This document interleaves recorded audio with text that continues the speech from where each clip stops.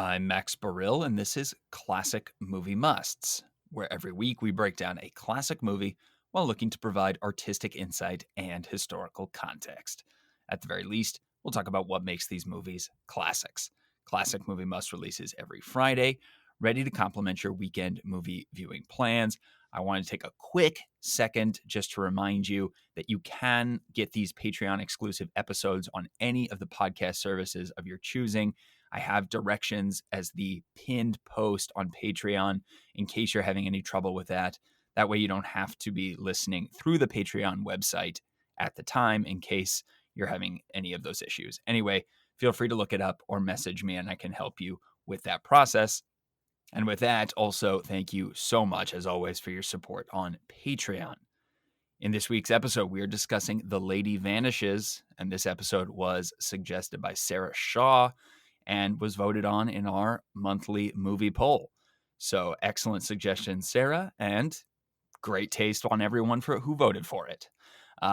Anyway, in this episode, in our feature presentation, Ted Walsh is here to discuss this Hitchcock classic. But first, let's get into our opening credits.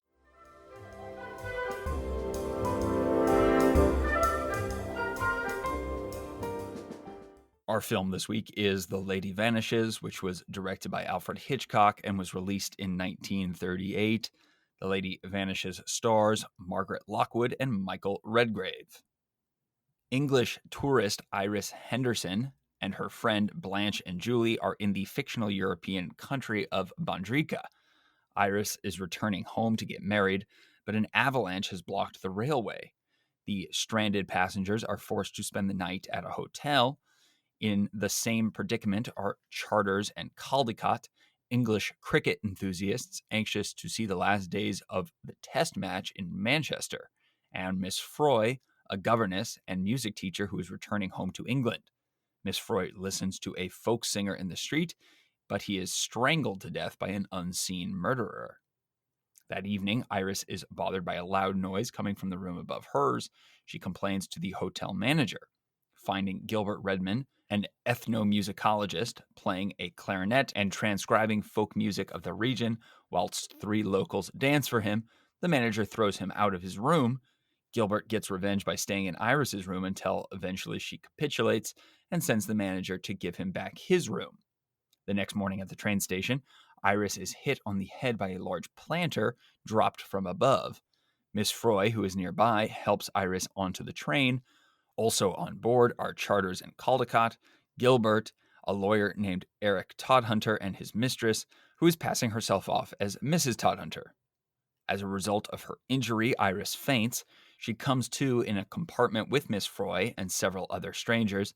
She joins Miss Froy in the dining car for tea. Soon after, they return to their compartment where Iris falls asleep. When Iris wakes up, Miss Froy has vanished. The other passengers in her compartment deny having seen her. Todhunter, who spoke with Miss Froy earlier, pretends not to remember her to avoid drawing attention to his liaison with his mistress. Iris searches for Miss Froy with Gilbert's assistance. Brain surgeon Dr. Hartz says Iris may be suffering from concussion-related hallucinations. Charters and Caldecott also claim not to remember Miss Froy because they fear any delay would make them miss the cricket match. At the first stop, Dr. Hart's patient, covered in bandages from top to toe and on a stretcher, is brought aboard.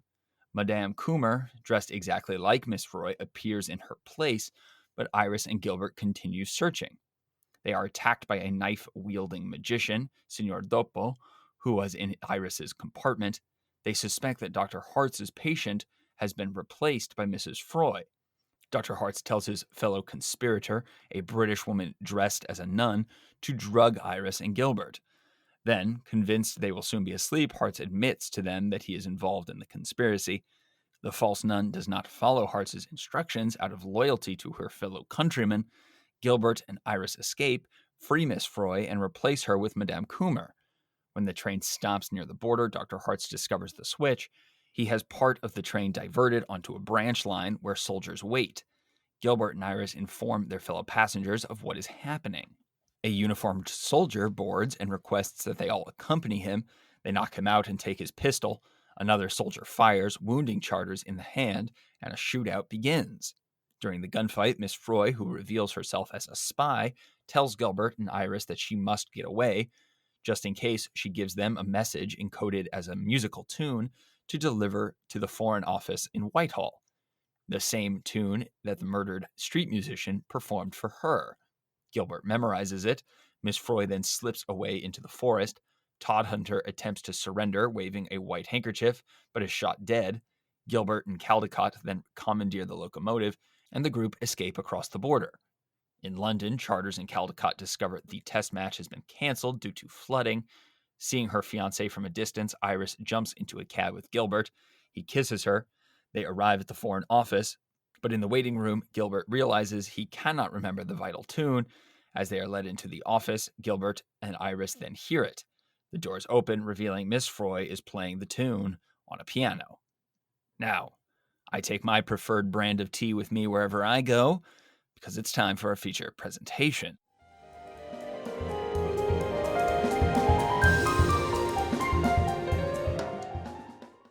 Joining us for today's feature presentation is the co-host with the Mo host. It's Ted Walsh. Ted, how are you? Very well, thank you. How are you? Good. I think we need to establish something right off the bat in this episode, Ted. All right. Are you Caldecott or Charters? Ha! I never thought of myself as part of a comedy duo, but probably Charters. Yeah, I think of you more as the Charters as well, I think. Yeah. I don't love thinking of myself as Caldecott, but it has to be done for the sake of the episode. Okay. So in case you were therefore confused, we're talking about The Lady Vanishes, obviously today, winner of our February Patreon poll. And I'm excited to get into this episode with you, Ted, because I find this film just so completely charming. And there's a lot of fun things to discuss. There's a lot of, I think, important things to talk about in reference to Alfred Hitchcock, but it's also a film you really don't have to take too seriously either. Well, if you do take it too seriously, then I will leave this discussion early on, because this is a very lighthearted romp that does not invite too much close scrutiny in terms of plot detail. Ted, we are going to get into a deep political analysis of 1938 and how this film grapples with the tensions leading up to World War II. And if you even so much as smirk during this episode, I'm booting you out of here. That's okay by me, Max. By the way, did you know that this is number 35 on the British Film Institute's list, or somebody's list, of the most important British films of the 20th century? I mean, I think that's part of what, this film I think is so lovable in itself. But when you are talking about Alfred Hitchcock and the master that he is, and the number, and we've talked about this, you and I, in the past, the number of masterpieces in his filmography. What I just love doing is, here you are in 1938. Obviously, he'd been making movies for a good while at this point, but just how much you see him playing around with themes and tropes and iconography that would become defining elements of his later masterpieces. It's so cool to see. Clearly. And I couldn't agree more. I think it's a terrific film. And it obviously caught the attention of folks in the United States, particularly, I believe, David Selznick, who, subsequent to this film, brought Hitchcock to America to begin his much lauded career here. Indeed, absolutely right. And I think it's also worth noting, I don't know if you agree or disagree, but I think this is, we don't associate Hitchcock as a comedic director.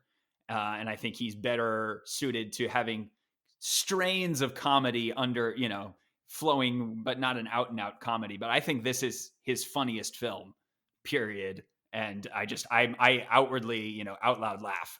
Well, it's a lot funnier than The Trouble with Harry, which tried to be funny.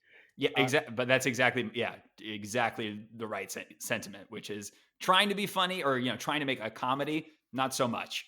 But a thriller with comedic elements, yes, please. and you get him casting some folks who have comic chops, some fairly well known outside the film, who bring that energy to the film. So I believe that was intentional. But in our conversation, I want to point out that I also think he's letting us in on the lightheartedness of this caper uh, from the very outset. And I'll try to make my point clearer as we dive in. Well, let's dive in right here. Let's tell me about the outset and where you see his setting his tone up. Okay, we have the credits. They go on for some time. Then we have clearly, it doesn't take too much investigation to reveal a miniature set. We have little trains covered with fake snow. We have little stick figures standing by the trains. We have the camera panning over a miniature, a group of miniatures. We even have a car that is not being driven by anybody. That's just a fake car being dragged through, and then we do a dissolve into a set. But for the first minute of this film, we get a very lighthearted waltz played friskily. And that's the only way to describe it. It's a very lighthearted, breezy little waltz. And we see a lot of stuff happening, but we don't hear anything. We just hear the waltz. And it's Our Lady, it's Dame May Whitty as Miss Froy. And she talks to the hotel manager. And then she gets near the door, but then the door is shut by the comedy couple. And then the door opens again. She vanishes outside the door. And then the door springs open again. And in come some people. And essentially, the, the movie starts. The music stops. We hear frantic dialogue. We see a cuckoo clock doing its thing.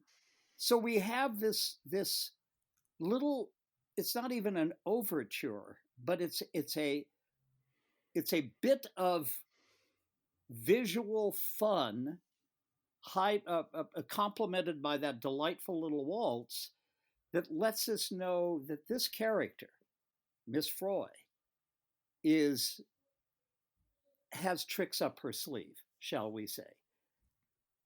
I couldn't agree with you more. I think the opening of this film, it certainly establishes that this is going to be far more comedy than suspense thriller. I mean, the whole sequence at the hotel Oh, before we even come close to sniffing a mystery, it's pure fun. It's just all fun. Obviously, meeting Caldecott and Charters are great. I mean, we already kind of get there. Um, straight faced buffoonery in some really wonderful sequences. We introduce the romantic tension that will eventually build. So, I mean, in his list of priorities, it's establishing a fun mood, it's establishing the romance, and then we can get to the other elements that will come. But, no question, he kind of goes down the list of what are the important factors to get right. And the kind of somewhat prolonged sequence at the hotel that opens this film, I think, is absolutely key to the charm of the movie. It establishes so many of the dynamics that we'll come to enjoy. agreed. It's actually 22 minutes long Yep. in a film that is under 2 hours. Uh, my favorite comic, well, there are many favorite comic moments in it.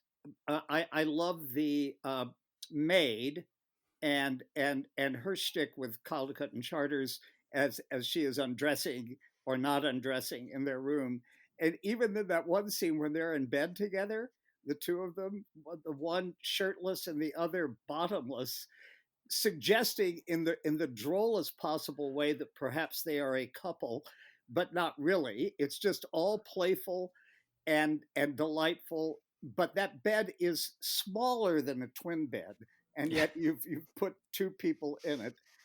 And the only dark note, and even it is almost comic, is when the singer gets strangled.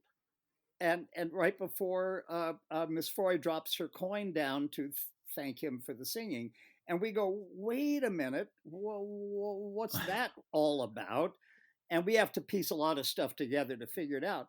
But even that, just with the wonderfully shadowy, creepy hands coming in to do him in, uh, I think that if I think this film would make no sense and would not work if that opening sequence were, say, just 5 minutes long to just introduce some characters and then get them on the train.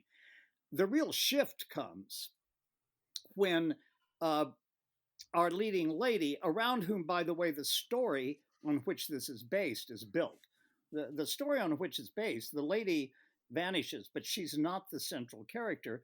The young woman, uh, played by Margaret Lockwood, is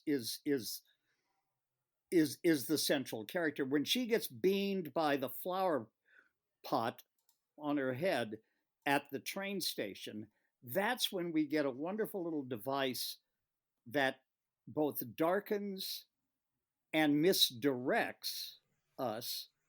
And of course, part of Hitchcock's style is to misdirect as well as to set tone. Anyway, that's I totally agree with you. First, just dialing it back to your earlier point. I mean, the sequences in Caldecott and Charters's bedroom there are, to me, I think actually my favorite scenes of the whole movie.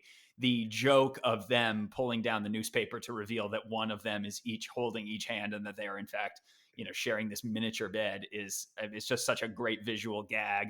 And then, of course, as you say, them being caught off guard by the maid undressing and therefore knocking their pajama bottom pants into the wash basin, and then one having to wear the shirt and one having to wear the bottoms. Again, it's so good. It's just great visual jokes.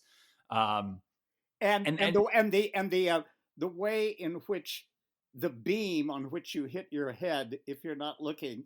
And at one moment, when what he really wants to do is hide the fact that he doesn't have any pants on, he's trying to hide his head behind the beam as though that's somehow going to. to help this situation whatsoever. I mean, exactly. All these comic bits absolutely speak to their total, cluelessness in their own way, despite their fairly straight laced demeanor. The sequence of them on the telephone just trying to get the cricket scores and then outraging. I mean, it's great. It's very funny. I have a Um, question. I have a yeah, question for you, Max. I didn't get to do a deep dive into this. Is the getting their obsession with cricket, is that part of their larger comic shtick as a comedy duo, or is it unique to this film? Do you know? I think I think it does surface in some of their other, Yeah, as an interest. because it, it Um, is it is patently absurd, but hmm. it's kind of, I mean, I can imagine myself. I'm a baseball fanatic, feeling almost as strong, and of course, I love the fact that they get let down at the very end to Yes, of find course. Well, out. yeah, of course. But exactly right. The bookending of that, you're bookending this film pretty much in the jokes of Caldecott and Charters. I mean, they open the film, set the Yep. tone, and their joke is essentially the joke of the whole movie. The punchline comes at the end. The game was canceled or postponed, and so like that is it kind of comes before and ends just as late as the romance that we care as much about, and obviously resurfaces in between them trying to do the And we re- also we also get Alfred Hitchcock around that same time. We get Hitchcock visibly, we yes. visually, and we get the a match has been canceled or postponed, and we get the poor guy that she was supposed to marry being stood up, Yeah, all within about a minute. all right there. Absolutely. And it's just when it does surface, them trying to do the sugar cubes as a representation of a cricket match, and then just being outraged that the ladies are asking for sugar. It's just, I mean, it's great. But you've already touched on another aspect of kind of the misdirection that Hitchcock employs. And I think it's it adds to the charm of this film. And it is not necessarily, I guess, maybe what you would expect, which is that in the early scenes of the film, we obviously establish Caldecott and Charters and their desire to make it home to this cricket match. And the other couple that are on their kind of illicit, vacation, the Mr. and Mrs. Or Mrs. Todd Hunter. And so him establishing early on that these people, why the other people are going to be essentially in on this, what is essentially a wrong woman narrative. I mean, we all know Hitchcock and his wrong man narratives. She's the wrong woman in the sense that she has to, validate or vindicate her claim, and because she gets hit on the head, and we have that great montage sequence of her being dislocated in time and space and being confused, it would have been easy to just leave it at that and leave the mystery be like, well, did she imagine Miss Froy or not? But Hitchcock says, no, that's not as interesting. What's more interesting is if you understand that this is a conspiracy, she's right. But we have all these other miniature narratives that are going to confuse the situation. So they're going to want to make that cricket match. So they're going to pretend they didn't see anybody. And this other couple doesn't want to end up in a scandal. So they're going to pretend they didn't see anybody. And so it overcomplicates things in a great and enjoyable way, where you're not sitting there going, well, did she, or is she really imagining it all? Like that's not the confusion for the audience. We can really focus our attentions on how is she going to vindicate herself. Exactly. And so then, because they have plausible reasons that they've given us why they do what they do, the various folks that you just mentioned, then we begin to wonder, well, why are all these other people denying the existence? And then you have to piece together this rather marvelously and fabulously weird group of folks who are leading some international difficulties, shall we put it this way? And one looks more suspicious than the next. Oh, I mean, those shots of how they are always staring directly at her anytime she's in her car. The creepiest, I think, the actress is Mary Claire as the Baroness. She's perfect.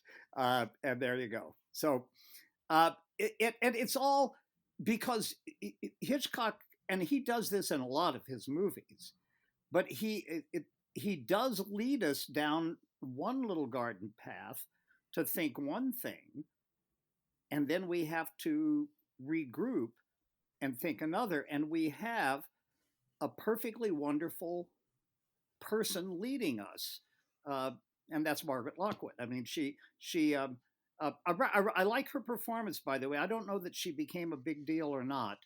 I think she became something of a minor deal. I don't think she was a big deal when she was cast in this movie, but I think she's well cast. The two great performances, however, are clearly Dame Mae Whitty, who is one of my all-time favorite actresses. When at some point we're going to get to Mrs. Miniver, and her work in Mrs. Miniver is breathtaking. Mm-hmm. And then one of my all-time favorite actors from the time he was a young man, which he was here, is Michael Redgrave. One of the great stage actors and film actors, but primarily one of the great stage actors of all time. Yeah. Well, I mean, to me, Michael Redgrave and Margaret Lockwood have just, I mean, the exact kind of chemistry you would hope for in this kind of a romantic comedic caper. I mean, the scene of them, the whole sequence of them in the luggage car, which is just one gag after another. Again, this scene that ultimately is like builds into a huge conflict of a fight scene is played for laughs. I mean, it's all, again, to your point, as we have this repeated coming out of those garish hands coming to choke him, to grab the glasses and then ultimately choke him during the fight. If in case we didn't understand that, these are the people guilty of the murder of our poor singer in the streets. Right.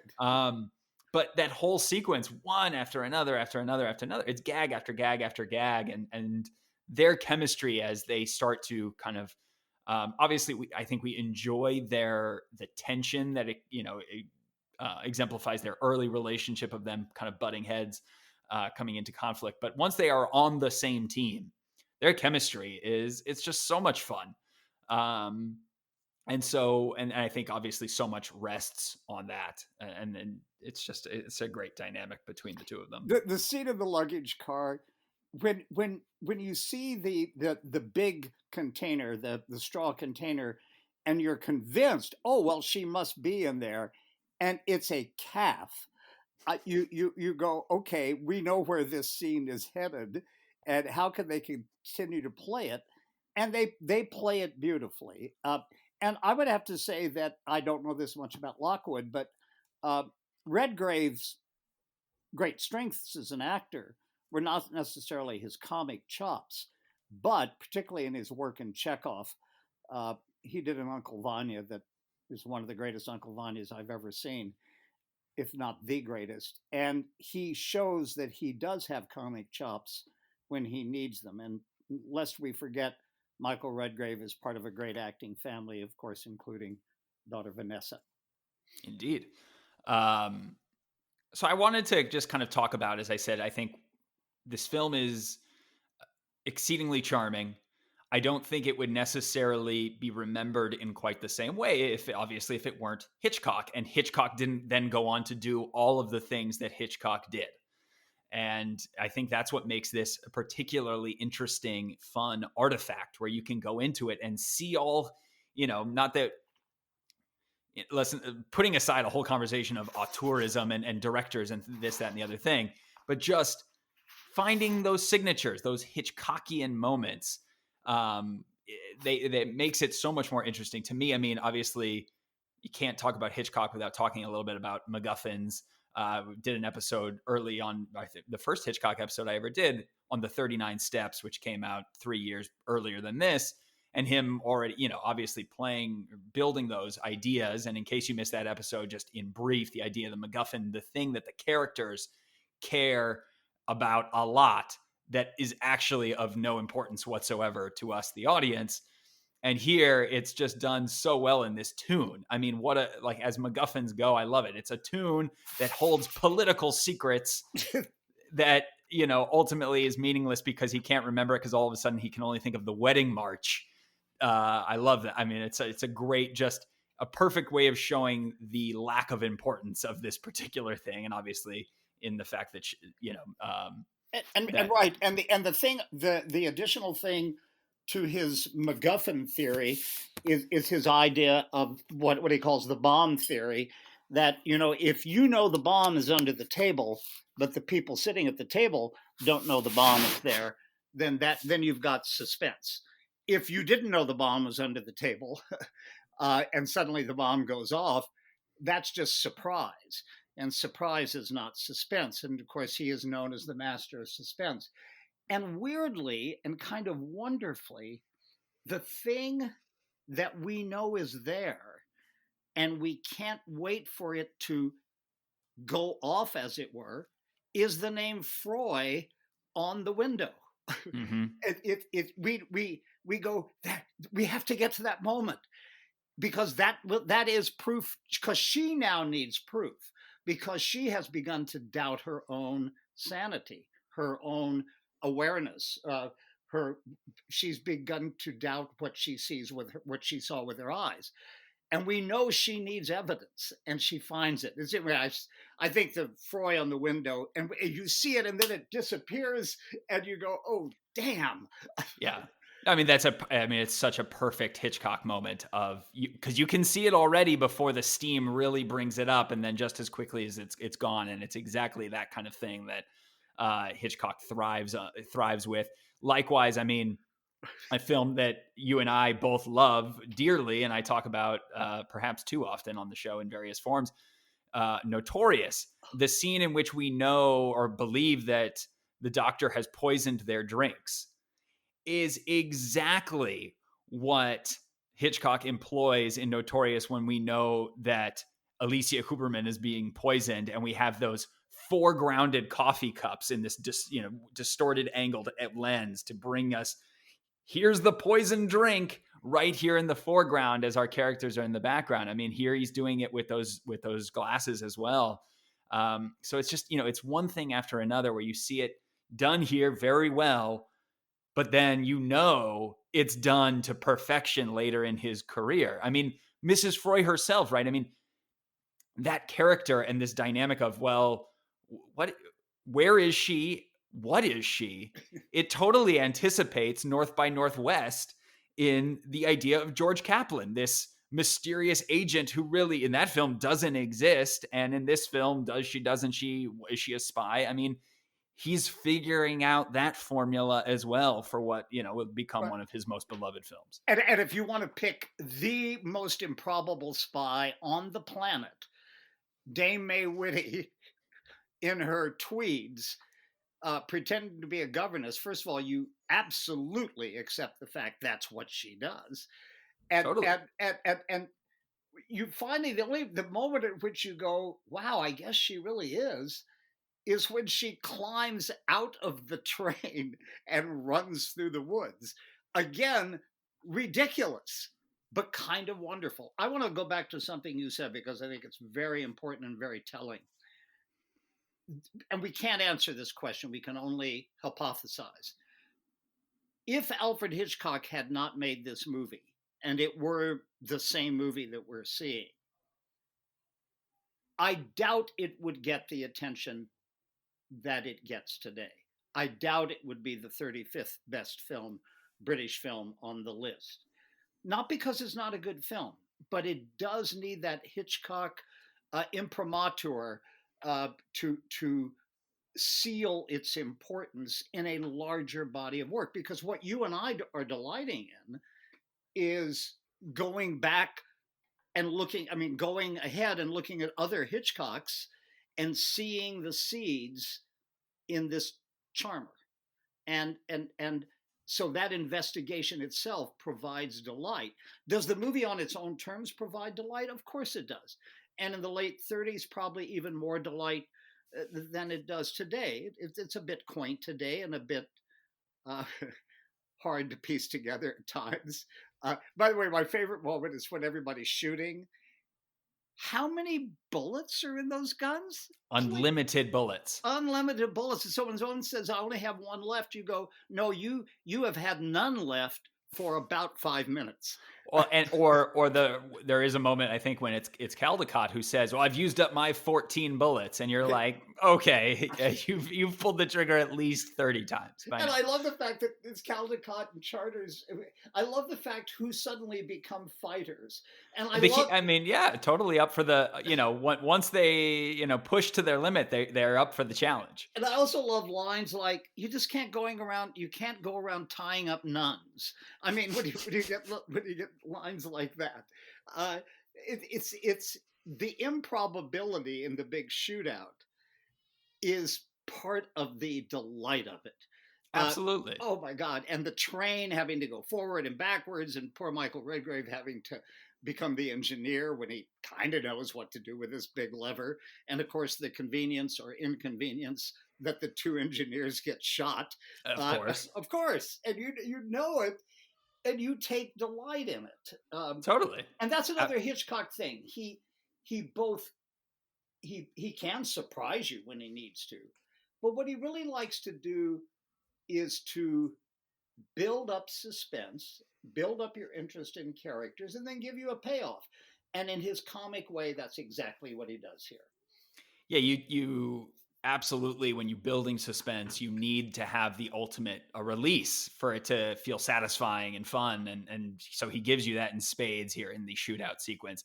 Your point, I mean, her just kind of running through the forest, Miss Froy in her little tweed suit. And you're just like, and again, she's just embroiled half a dozen innocent people into a shootout. And it's just like, well, I got to go. I'm sorry. And then, at the end, she's like, oh, but she's so happy to see them in the Foreign Office. And it's just like, oh, I'm so glad you made it out of that death-defying situation of which you were not deserving to be in whatsoever. But that's not the point. Obviously, it's fun. And they all seem delighted to see each other. And she's at the piano having just played the tune. My favorite of her lines is, I can't remember it exactly, but it has to do with the melody. After she teaches it to Redgrave, she says, "Of course, it's a code. It's not it's encoded." And you go, "Yeah, I guess it would be you because you just taught him a song." And Right. and the thing is, I can actually kind of remember the song because it gets laid on us enough. So when he forgets it and it can only hear the wedding march, that's really kind of charming. But notice, what is the very first thing they do at the train station at Victoria Station? They get in a taxi and go to the Foreign Office. They don't do, I mean, they may be in love and they may have, ditched her fiance, but no, we're going to go to the Foreign Office. We're going to do what the lady in tweed, Miss Freud, told us to do. Absolutely. I mean, Hitchcock is so good at these kind of joint quest narratives, man and woman coming together, and we have the mission. And you can't, I mean, you couldn't abandon the mission. That would be, you know, absolutely unheard of. Another, these elements that Hitchcock is playing with, building towards, right? I mean, Hitchcock always has kind of in these joint quest narratives, the man usually brings some, kind of that impetus, but women usually in Hitchcock, they bring a certain intuition of knowledge that is usually key to unlocking the case. And it manifests itself differently. Obviously, Iris, Margaret Lockwood's character, has that from the beginning. She always feels that she is embroiled in a mystery. But of course, the moment in which she spots the high heels on this nun, I mean, it's exactly Rear Window with of noticing that she wouldn't have left her wedding ring. I mean, it's that woman's intuition of saying, no, this wouldn't happen for a completely logical reason that men are just too caught up in their own business to pay attention to. And it is great. I'm so glad you implied or mentioned Grace Kelly without mentioning Grace Kelly. But Grace Kelly and Thelma Ritter in Rear Window, without them, poor Jimmy Stewart would have missed a great deal. Exactly, wouldn't have worked. Right, it just wouldn't have worked.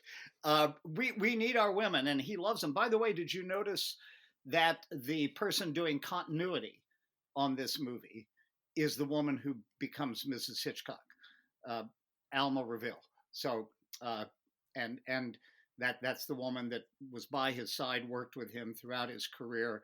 A great marriage, in spite of Hitchcock's obsession with beautiful young blondes. He had a great marriage. Yes. And I'm going to check something while we're talking because I want to see when they were married, but I forgot to do that. So, no, you go for it. Okay. Obviously, the mystery surrounding all of it, there's a predictability in it. I don't think anyone has any sense that the people who are guilty are guilty. I mean, Hitchcock, I think, lays it on pretty thick. Even with the doctor, we suspect that he's undermining this situation. And again, that's the beauty of Hitchcock, right? Is exactly that, is that we're not going to have the mystery surrounding who are the bad guys. It's how can we get the main characters united on the same page and to overcome the bad guys. That is far more important. And how can they ultimately rope in the other people, the kind of missing links that we ultimately get. And again, to your point as well, we get this, we take joy in the final sequence that he can even give us the death of Mr. Todhunter, and that is like a relief of just like, finally, that this this unbearable self-righteous man, finally, let's get rid of him. You can even give us those moments. Yep. It speaks to the charm of the film that you can even have, ostensibly a good one of the good guys, not someone directly, Okay, so your favorite co-host just did his investigation. She kept her maiden name for this credit. They were actually married in 1926 and up to 1980. That's one very long and successful marriage. And of course, they had a daughter who actually appears in certainly two films, Psycho and Strangers on a Train, in a really good roles. So That's a little off topic, but there you are. And I love the fact that continuity gets a big billing. If you look at the credits, more than continuity gets billing. But I guess if Usually, it's yeah. your wife, you're going to go, you know what? We're going to give Alma billing and maybe a little bigger paycheck. I don't know. I don't Yeah, know how that works, but I think she should get certainly a percentage of the profits, you know. and of course, one of my favorite things about Hitchcock later on in his career is some of the really delicious continuity mistakes that are made in some of his movies because somebody is taking their eye off the ball in the editing room, whoever that might be. But that's a topic for another day. Topic for another day. But you know, I'm glad this movie won. It's Did it we win handily? it was close. It was a close one, but it did come out on top by you know, a fair percentage. Um, but it's fun to talk about these movies that are lighthearted, that are just fun, but they have a significant space in the history of film. And as we've discussed, obviously, when you're dealing with someone like Hitchcock, there's so much to unpack in each of his films, and this is such a great forerunner of everything that would to come. And then it just in a film that, you know, it poses more questions than perhaps it answers. I don't know how to rectify this, Ted. That of course, just 2 years later, we get Carol Reed's The Night Train to Munich, Mm. which has Caldecott and Charters as Caldecott and Charters, and it has Margaret Lockwood, but not as Iris Henderson. And I mean, talk about continuity errors. This is just too confusing now. I haven't seen Night Train to Munich, so I will take Okay. it. I do want to give a little shout out for another performer, Paul Lucas, in Hungarian Lukas or whatever, but Paul Lucas, who plays the bad guy, who plays the improbable, not improbable, but suddenly the brain surgeon who appears as though magically out of left field, literally and figuratively. Uh, in our deep dive that you and I are going to take into the films of William Wyler, he has a significant role in one of Wyler's early masterpieces, Dodsworth. And it's a terrific performance in which he plays not a bad guy, but also not a good guy. It's a guy who knows that he needs to fall in love with a rich woman because he's broke. And it's played beautifully by Paul Lucas, an actor I like a lot, who had a wonderful career, which reached its pinnacle, I think, in Watch on the Rhine. Lillian Hellman's play turned into a film. It's really terrific. Excellent points. And you got to know he's the bad guy in this movie because he's always wearing his gloves inside a train. I mean, who is constantly wearing their gloves? And a great bad guy, right? I mean, he brings that charm. And again, you know it. You understand you're in a dance of like, how can we know he's the bad guy, but how can we, you know, definitively confirm it? And I mean, I love the switching out of these bodies into the into the ambulance, but of course it doesn't quite work. And it just goes to show you, you know, unless you see something happen, right? So he tells you the poison's going to go in the glass, but it happens off screen. It's the perfect misdirection. So we know that they, and of course, I mean, again, another great visual joke of Michael Redgrave going back into the car, and there she is doing her kind of calisthenics to stay awake, although she doesn't actually need to. She's doing her, you know, squats and lunges and this, that, and the other thing. It's all so fun. It's a great, if you have a lot of viewing of Hitchcock's filmography, you just see so many of his touches, his signature moments that you'll see in all of his great films from this point forward. It's all there, and he's just playing with it, tinkering with his formulas. And there's something, you know, we talk about, obviously, and it's a conversation for those episodes, but William Wyler, a director who just is suited to every story, and he'll tailor his style to any given story. And then you have Hitchcock, who's going to use the same tricks in movie after movie after movie, but he finds such new and creative and still ways of playing with our expectations. And there's something, you know, genius to be said about both those men. I'd like to close my thoughts on this by asking our listeners, just go back to that opening minute of the film, in which, in this utterly charming way, both literally and figuratively, in miniature, you have the whole little story of a lady vanishing, complete with a frisky waltz. And again, right, coming from a director who comes from the silent movie making, and it's just all visuals and music right there at the beginning. And it's so, I mean, that miniature set, I love it. I love it. It's again so charming, and that's what this movie is. Ted, thank you so much for joining me for this episode. Thank you, Max.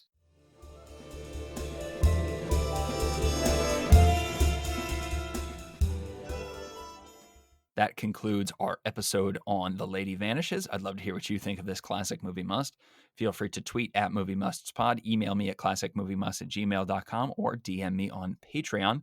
Thank you to our Patreon producers, Eleanor B., Max Henri, Pedro R., Ryan D., Jonathan, Bernie, Stephen Schofield, and Abby Winslow. Remember, episodes release every Friday on the podcast service of your choosing. On next week's episode, we are continuing our Weiler with Walsh series with The Letter.